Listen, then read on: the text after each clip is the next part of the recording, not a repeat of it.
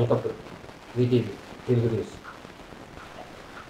మాజీ ముఖ్యమంత్రి వైఎస్ జగన్మోహన్ రెడ్డి అక్రమాస్తుల కేసులో కీలక పరిణామం చోటు చేసుకుంది.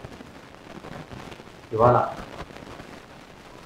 జగన్ అక్రమాస్తుల కేసుకు సంబంధించి వాన్పిట్ ప్రాజెక్ట్ సిబిఐ ఛార్జ్షీట్ నుంచి తమ సంస్థను తొలగించాలని చేసే పిటిషన్ను హైకోర్టు కొట్టివేసింది.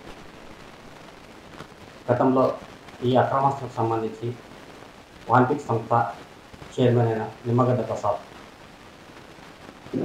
ఏసీబీ కోర్టులో ఈ కేసుకు సంబంధించి విచారణ జరుగుతుండగానే తెలంగాణ హైకోర్టును ఆశ్రయించి తమ వాన్పిట్ ప్రాజెక్టును సిబిఐ ఛార్జ్షీట్ తొలగించాలని చెప్పి పిటిషన్ వేశారు.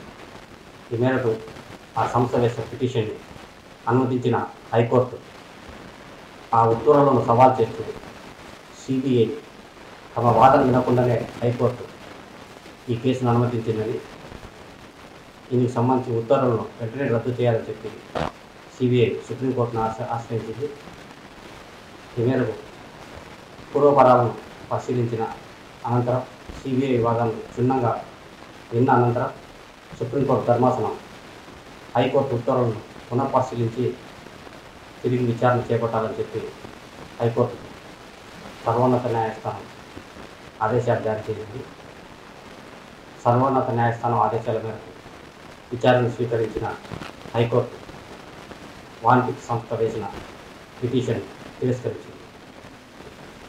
ఈ పిటిషన్కి సంబంధించి గతంలో ఉమ్మడి ఆంధ్రప్రదేశ్ ముఖ్యమంత్రిగా ఉన్న వైఎస్ఆర్ సెక్రటరీ హయాంలో వాన్పిట్ సంస్థ చైర్మన్ నిమ్మగడ్డ ప్రసాద్తో కలిసి గల్ఫ్ దేశాల ప్రభుత్వమైన రసల్ ఖైమాతో కలిసి ఒప్పందాన్ని కుదుర్చుకున్నారు. ఈ మేరకు ఈ ప్రాజెక్టుకు సంబంధించి 15,000 ఎకరాలను అప్పటి ప్రభుత్వం ఉదారంగా కట్టబెట్టిందని, ఇందుకు సంబంధించిన మేళ్లను జగన్ కంపెనీలో నిమ్మగడ్డ ప్రసాద్ పెట్టుబడులు పెట్టాలని చెప్పి సిబిఐ ఆరోపించింది. తదుపరి విచారణ వాయిదా పడింది. భవిష్యత్తులో ఈ కేసుకు సంబంధించి మరిన్ని కీలక పరిణామాలు చోటు చేసుకునే అవకాశం ఉందని చెప్పి రాజకీయ విశ్లేషకులు భావిస్తున్నారు. Thank you.